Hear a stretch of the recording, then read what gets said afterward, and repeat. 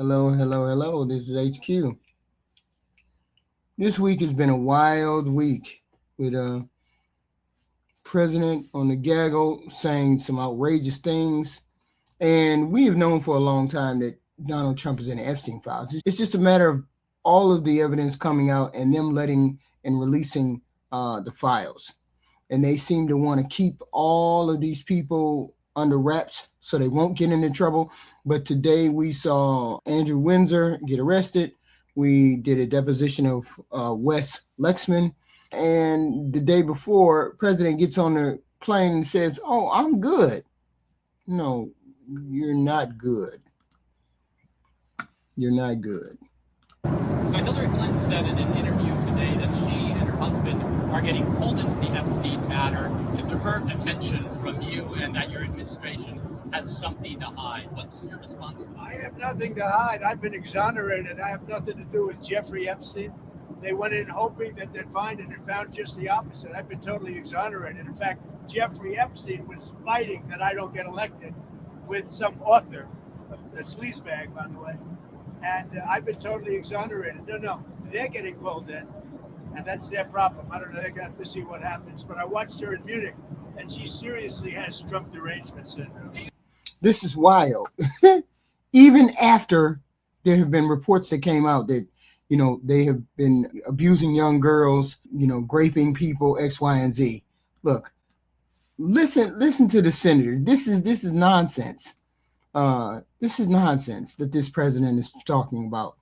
It's like he doesn't understand that the rest of us are not glamorized like the rest of his supporters are. We're not glamorized when you say things. We don't believe you. That's the whole thing. And we believe the files. Listen to this senator. Well, just listen to this interview with Brian Tyler Cohen. Pam Bondi and Kash Patel lied under oath. Todd Blanche also lied, but he wasn't under oath, so lucky for him.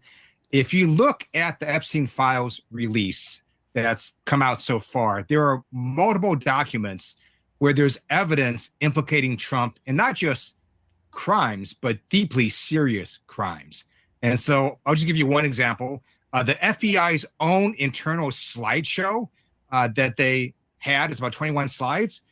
Two of their allegations are about Donald Trump committing crimes. You also have a FBI document. It's an intake form of a witness who called the FBI's National Threat Operations Center. And the witness reports that he met a girl who directly told him that Trump and Epstein raped her. The Department of Justice never interviews this witness, doesn't do follow-up. Why haven't they done follow-up with all of these witnesses? It's at least 2 or 3. So why haven't they done it? Because they know that he's guilty and they know this will bring him down. They know. Trump has already gave the directive. Don't let things come out about me. Don't let them find any more information on me. There's plenty of information on Donald Trump in those Epstein files. Just a little bit that has come out, has shown us that this president is one of the monsters. We know this. But they said that she spoke with the FBI and her claims were deemed not credible. This was all unredacted, as we said. So can I have your reaction to the DOJ's rapid response account?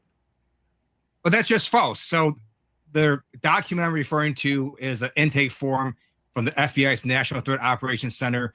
The person making the witness statement was a man relaying what a girl he met had told him. This man was also a limousine driver for Donald Trump.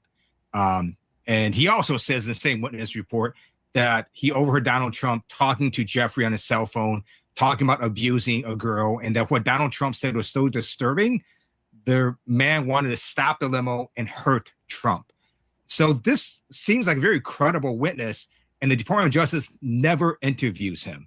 I don't really know what their rapid response for the Department of Justice is talking about. They're clearly talking about some other document that I'm not referring to. And again, there's the FBI's own internal slideshow. And then there's other documents that have been now sort of dissected by folks who are independent journalists and folks on social media that show there's 2 other allegations, essentially, of women that have made allegations against Donald Trump that would have Trump basically having sexual relations with a minor. So that tells me there's like 3 allegations out there. For one, 3 allegations, 3 credible allegations, or either sketchy allegations. The fact that there's 3 out there tells me there's no smoke without fire. There is no smoke without fire. That's what that tells me. So one of great young children, some woman was trying to get, or some girl was trying to give him fellatio, and he punched her in the head a couple times. That story I heard 2 or 3 times. So some of this has credibility. I believe that he had a directive early on. These files cannot come out. I do not want my name in it. I am in the files, but I cannot be associated with this because it would end my career.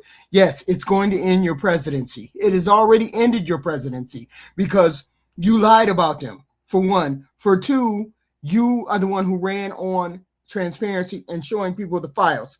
They all know. I believe that's why Marjorie Taylor Greene quit, because she heard that he was in the files. She heard that he was a part of that whole trafficking, molesting, raping, doing all those things. I believe that's the reason why she quit, because she pulled back the curtain and he was there. I believe it's a part of why most of these Republicans aren't saying anything, because they know the truth. They know that he's a monster. And him saying, I've been exonerated. The Epstein files exonerated. No, they didn't. Not in any way, shape, or form have you been exonerated. You've been pulled into the mess. On top of the fact that none of these witnesses never get interviewed. I have not heard of one interviewed witness that says anything about Trump. And there's got to be plenty of them. If we got 3 stories out there already, why not interview those people in regard to those stories and find out the truth? Somebody go interview those people. Try to hunt down a story and interview those people and get that story out. This is what is needed. Since the DOJ won't do their job, somebody has to do the job for them. Trump is a monster, right along with all the rest of those people that are in the files. I'm not saying they all did everything, but I'm saying they knew about it. So therefore, you're a monster by omission. It is what it is.